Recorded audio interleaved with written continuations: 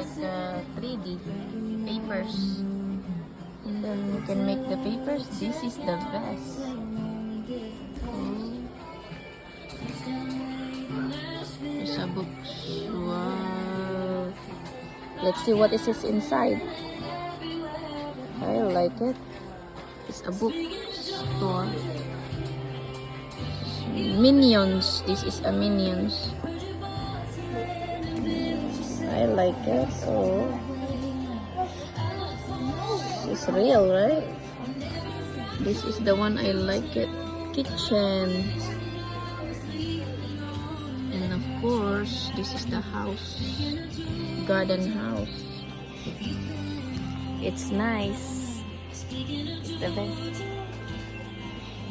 And big fish. This is so tiny. Minions. Tiny.